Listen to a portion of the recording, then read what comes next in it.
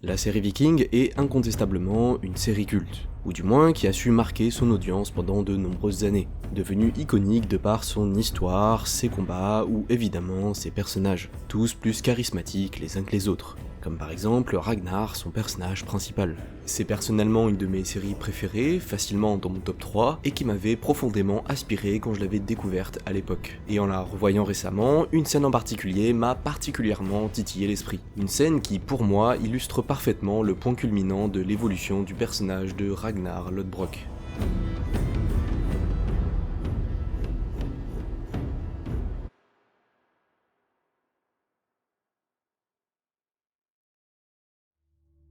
Le moins qu'on puisse dire sur Ragnar, c'est que c'est un personnage sur lequel il y a beaucoup de choses à dire. Personnage central de son œuvre, il a su évoluer épisode après épisode, saison après saison. Au tout début de la série, on découvre un Ragnar sans grande prétention. Il est fermier, vit avec sa femme et ses 2 enfants, et va se battre quand son jarl le lui demande. Sauf que, contrairement à beaucoup, il possède un trait de caractère en plus, ou du moins bien plus développé que chez les autres. Un trait qui va absolument tout changer. Sa curiosité. C'est peut-être pas grand chose dit comme ça, mais dans cette série, c'est quelque chose qui change absolument tout. Depuis le début, tous les raids que font lui et sa communauté se situent à l'est de là où ils sont. Pour la simple et unique raison, qu'à l'ouest, il y a de la flotte. Et pas qu'un peu, puisque c'est la mer. Un espace maritime beaucoup trop grand à traverser, par rapport à leurs outils de navigation. Et en fait, c'est pire que ça, puisqu'étant donné qu'ils n'ont jamais pu aller dans cette direction, et qu'ils ne voient pas s'il y a quelque chose au bout, beaucoup pensent qu'il n'y a tout simplement rien. Et ce rien, c'est un peu tabou auprès du Jarl Haraldsson, le chef du village de Kattegat. Mais Ragnar, il n'est pas de cet avis, car rappelez-vous, c'est quelqu'un de très curieux. Et lui, son souhait, c'est d'aller à l'ouest justement, car il pense déjà qu'il y a bel et bien une terre, mais surtout qu'elle serait pleine de richesses à piller. Sauf que ça ne plaît pas du tout à vous savez qui, et ce dernier va bien lui faire comprendre. Do you understand what I'm saying? I understand. And don't ever stick your nose in my face again. Mais bon, Ragnar s'en fout un peu, car après avoir trouvé auprès d'un voyageur inconnu un combat de navigation permettant de s'orienter en pleine mer, il va décider de faire construire un nouveau type de bateau par son ami charpentier Floki. Et après quelques essais prometteurs, ils vont sans l'accord du Jarl mettre le cap direction l'ouest, en compagnie de quelques autres guerriers dont le frère de Ragnar, Rollo. Et vous savez quoi ? Ils vont réussir. Ragnar et ses compagnons vont devenir les premiers vikings à se rendre à l'ouest, et vont déjà, dès le début de la série, rentrer dans la légende. Je dis au début de la série, car tout ce que je viens de vous raconter se passe vraiment dans les 2 premiers épisodes de la première saison de la série. Et rien qu'avec ça, on comprend directement toute l'essence du personnage de Ragnar. Dès le tout début, on comprend qu'il est quelqu'un de très curieux et qui a soif d'aventure et de découverte. Ragnar a de l'ambition sans pour autant être prétentieux. Et cette dite ambition, elle va l'emmener très très loin. Même peut-être un peu trop. Au fil des saisons, Ragnar, de par son charisme et son ambition, va réussir à se forger une véritable légende. Déjà car il est l'homme qui a permis de voyager à l'ouest, sans lui ça n'aurait pas été possible. Faut imaginer que c'est un peu comme Christophe Colomb qui découvre l'Amérique, c'est vraiment pas rien. Mais aussi car il ne va jamais cesser d'évoluer en grade, jusqu'à celui de roi des Vikings. Ragnar est grandement respecté par tout le monde, et il le sait. C'est pourquoi les gens lui obéissent assez facilement, ce qui lui permettra de toujours réussir à aller plus loin. Tout d'abord en attaquant le royaume des Saxons, et par la suite celui du roi Egbert. Il va ainsi vraiment s'imposer comme une menace pour eux, et il continuera sa conquête, pas dans une optique d'obtenir plus de pouvoir, non ça il s'en fout et il en a jamais demandé d'ailleurs, I never asked for power. mais plus dans une optique de découvrir de plus en plus de choses, d'assouvir sa soif de découverte. Et ces découvertes vont l'emmener à envisager d'attaquer une ville bien spécifique, une ville encore jamais vue auparavant dans la série, Paris. Et Paris, c'est pas n'importe quoi. C'est de loin la ville la plus fortifiée et possédant l'armée la plus puissante qu'il n'ait jamais eu à affronter. Mais Ragnar n'en démord pas, et avec ses amis, il va tout mettre en œuvre pour réussir cet objectif. Il va recruter les meilleurs guerriers qu'il peut trouver, faire construire les meilleurs bateaux, tout planifier du mieux qu'il peut, enfin bref, il va tout faire pour réussir. Sauf que 2 choses vont mettre un peu un coup de frein à leur projet. La première est qu'après une première tentative de prendre Paris se soldant par un échec, et un coup vicieux de Ragnar, Rollo acceptera d'épouser la fille du roi, et se retournera par conséquent contre ses amis et familles en rejoignant le camp des Français. Et la seconde sera l'état de santé du viking. Suite à la contraction de plusieurs maladies, la santé de Ragnar se détériore petit à petit. nous montrant un roi grandement affaibli physiquement, plus proche de la mort qu'il ne l'a jamais été. Cependant, cela ne le diminuera que physiquement, car à l'intérieur, et malgré des demandes qui peuvent paraître pour le coup assez bizarres, We are going to lift the boats up the cliff. Then, we are going to carry them across the mountains, past the forts, and then simply slide them back into the river. il restera complètement lucide et déterminé. Ragnar et ses troupes vont alors tenter le tout pour prendre la ville de Paris, en lançant un ultime assaut. Les combats font rage, du sang gicle de partout, et au milieu de tout ça, Ragnar se retrouve face à son frère Rollo. Ce qui devait arriver arriva, se détestant au plus haut point désormais, les deux frères se lancent alors corps et âme dans un affrontement qui changera leur vie à tout jamais. Le combat fait rage entre les deux et est assez équilibré en apparence, mais pourtant l'issue de ce dernier sera pour le coup inattendue. Rollo gagnera, au point que les Vikings seront forcés de battre en retraite, et Ragnar forcé de par ses hommes de les suivre. Lui qui avait vécu toute sa vie dans l'ombre de son frère avait enfin réussi à briller comme il se doit, mais pour cela, il avait dû tout détruire. Cet événement marquera le début de quelque chose de nouveau. Rollo sera adoubé par les Français et commencera une nouvelle vie, loin de son ancienne, tandis que pour Ragnar, eh bien ça sera bien différent. Ce combat et surtout cette défaite cuisante marquera au fer rouge le Viking. L'homme que beaucoup pensaient être imbattable, indestructible, voire même un dieu, n'était en fait au final qu'un simple homme, capable lui aussi de flancher.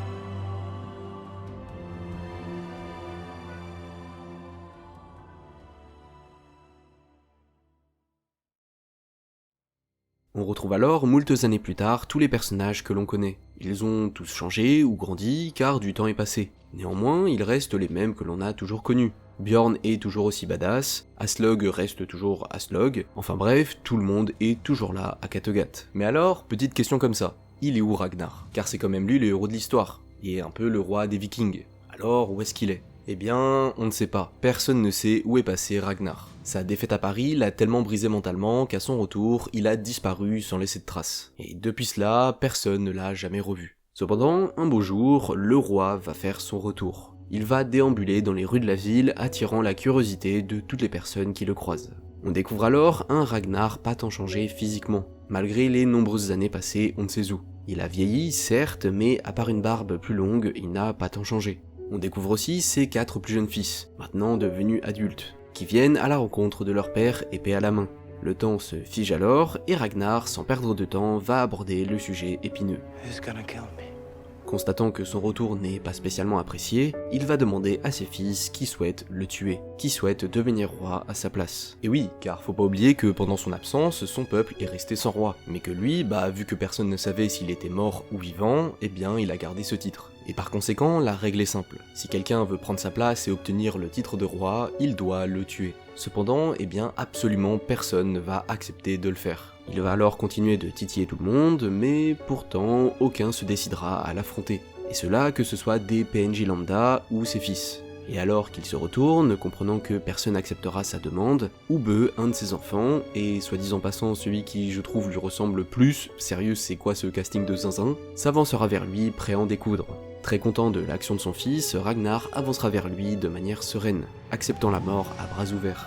Mais contre toute attente, alors que tout le monde pensait voir le roi des Vikings mourir de la main de son fils, les deux se prendront dans les bras, ce qui conclura cette séquence de retour du roi. Cette scène du retour de Ragnar est selon moi la scène qui montre le mieux qui est Ragnar à ce moment-là, et toute l'évolution du personnage. Pendant toute la série, Ragnar s'est forgé une réputation, un mythe même. Il est devenu plus grand que n'importe quel viking. Cependant, malgré ce que tout le monde pouvait penser, y compris le spectateur, Ragnar va subir une cuisante défaite à Paris, et cela 2 fois. Et je dirais même une triple défaite étant donné que son frère a rejoint le camp ennemi. Tout ça combiné va complètement le briser, au point qu'il va disparaître complètement des radars pendant 10 ans. Et après ça, quand il se décide enfin à revenir chez lui, il va demander à absolument tout le monde s'ils veulent prendre sa place. Mais que ce soit ses fils ou des inconnus, personne ne va accepter. Personne ne souhaite tuer Ragnar Lodbrok. Personne ne souhaite devenir roi à sa place. Cette scène montre pour moi à quel point Ragnar a surpassé sa condition d'homme. Il est devenu plus que ça. Il est devenu une légende, un mythe. Un mythe, hein Ah, peut-être pas en fait. L'avant-dernière phrase aurait pu être vraie si cette scène de retour n'avait pas existé, si Ragnar n'était jamais revenu. La légende qu'il incarne aurait pu être un peu entachée de par ses défaites à Paris, mais il n'aurait pas subi la honte de son retour. Et je parle bien de honte alors qu'on vient de voir et que vous pensez sûrement que la scène de son retour est tout ce qu'il y a de plus badass. Et en soi, vous n'avez pas tort. C'est vrai qu'elle est classe. Sauf que ce qui suit cette scène l'est pour le coup beaucoup moins pour le personnage. Car Ragnar, après son retour, va s'entretenir avec ses fils et répondre à cette question qu'ils se posent tous. Pourquoi est-il rentré maintenant ? Et sa réponse est pour moi en total accord avec le personnage, puisqu'il va leur dire qu'il est rentré pour voir ce que ses fils étaient devenus, tout simplement. C'est, je trouve, peu étonnant de le voir sortir une justification pareille, quand on sait que durant toute la série, il a toujours fait preuve d'une grande sensibilité, et qu'il n'a jamais hésité à dévoiler ses sentiments. I love you. Sauf que, directement après, il va rajouter qu'il est revenu aussi en partie pour aller en Angleterre, et qu'il pensait que ses fils voudraient le suivre. Qu'il pensait que ses fils voudraient suivre le grand Ragnar Lodbrok. Mais évidemment, ça ne se passe pas comme il l'avait prévu, ou imaginé. Tout le monde va lui dire non, car tout le monde a depuis son départ fait sa vie et prévu des choses. Depuis qu'il est parti, tout a changé. I want to go there! L'après-scène de retour est pour moi une tentative de montrer que Ragnar Lodbrok était bien qu'un simple homme. Un homme avec ses qualités et ses défauts, capable lui aussi de flancher, voire même de s'effondrer. Pour moi, on peut vraiment voir deux Ragnar dans la série Viking. Le Ragnar d'avant Paris, considéré pour beaucoup comme une légende, un homme capable de tout, et de l'autre côté de la pièce, celui de son retour. Le véritable Ragnar. La personne qu'il est réellement au fond de lui. Un simple humain, ayant fait des choses grandioses, certes, mais un simple humain quand même. Et cette dualité dans le personnage est pour moi renforcée par son ultime voyage en Angleterre. On ne sait pas trop pourquoi, mais Ragnar souhaite retourner à l'ouest. En entendant ça, beaucoup pensent que c'est pour se venger. Sauf que, vous le savez, ça en est autrement. Il a beau dépenser l'entièreté de ses dernières richesses pour recruter des guerriers, aller à l'ouest avec eux, etc., son but n'a jamais été de se venger. Et d'ailleurs, il n'a jamais souhaité que ses guerriers viennent avec lui. Ça n'était que de la façade. Un moyen de soigner les apparences, on va dire. Car, une fois arrivé avec beaucoup de mal en Angleterre, Ragnar et son fils vont tuer l'entièreté des guerriers qu'il restait, pour se rendre ensuite au château du roi Egbert où ils se feront capturer. It's Ragnar Lothbrok, the king of the Northmen. Ragnar et Egbert vont alors se revoir, et comme de vieux amis, vont se parler et boire ensemble jusqu'au lever du soleil. Cependant, Egbert n'a pas capturé n'importe qui, il a capturé Ragnar Lodbrok, le grand Ragnar Lodbrok. Et cela n'est pas sans conséquence. Il doit malheureusement le tuer. Mais Egbert n'en est pas capable. Il ne peut pas se résoudre à tuer son ami. Mais une fois de plus, Ragnar avait tout prévu. Car Egbert est obligé de le tuer. Du moins, maintenant que Ragnar a été capturé, ce dernier est obligé de mourir. C'est pourquoi il lui proposera en échange du retour en sécurité de son fils de le donner au roi Ael, le roi des Saxons, qui lui sera très content de mettre fin à ses jours. Et tout se passera évidemment comme il l'avait prévu. Il sera livré aux Saxons qui le tortureront et le tueront.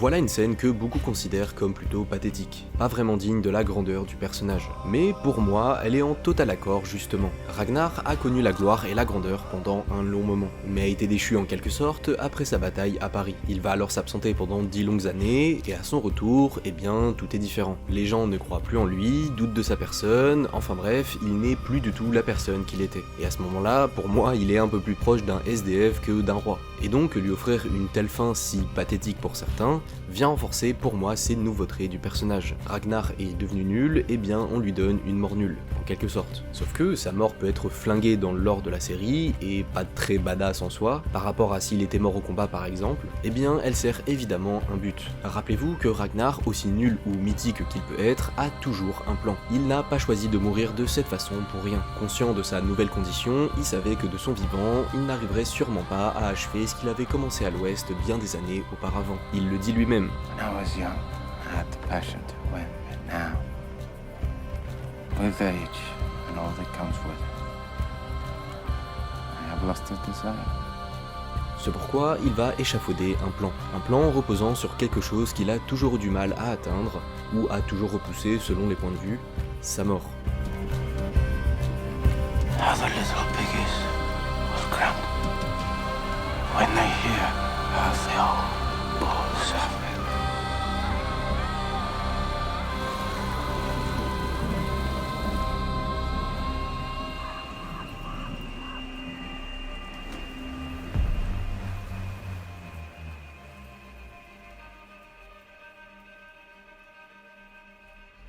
Au final, je trouve personnellement, car oui, ça reste toujours mon avis dans cette vidéo, que Ragnar est un des rares personnages à avoir pu bénéficier d'un tel développement dans une série. On nous montre du début à la fin absolument toutes les facettes possibles du personnage. À la fois ce qu'il y a de bon en lui, et à la fois ce qu'il y a de mauvais. À la fois sa grandeur la plus haute et sa médiocrité la plus profonde. Un personnage tant nuancé et bénéficiant d'un tel développement, c'est très rare. Et je remercie grandement le scénariste de Viking pour ça. Merci à tous sinon d'avoir regardé cette vidéo jusqu'au bout, j'espère qu'elle vous a plu. Merci à tous pour les retours que vous m'avez fait sur ma vidéo sur l'artiste Pomme. C'est vraiment le projet le plus ambitieux et le plus personnel que j'ai pu faire sur cette chaîne, et je suis très content qu'il ait trouvé son public. Donc vraiment merci, ça me touche au fond du cœur. Et sinon si la vidéo vous a plu, comme d'hab le blabla de youtubeur, vous pouvez vous abonner, partager la vidéo, lâcher un pouce bleu, enfin bref, vous connaissez un peu je pense. Et n'hésitez pas aussi à commenter la vidéo si ça vous a plu, si vous n'êtes pas de mon avis, si vous avez un autre point de vue à apporter sur la série, et précisément sur le personnage de Ragnar. Comme d'hab, je lis absolument tous les commentaires, et je me ferai un plaisir de répondre à certains. Ah oui, et n'hésitez pas à vous abonner en activant la cloche, c'est je pense le plus important, car sinon vous recevez pas les notifications quand je sors une vidéo.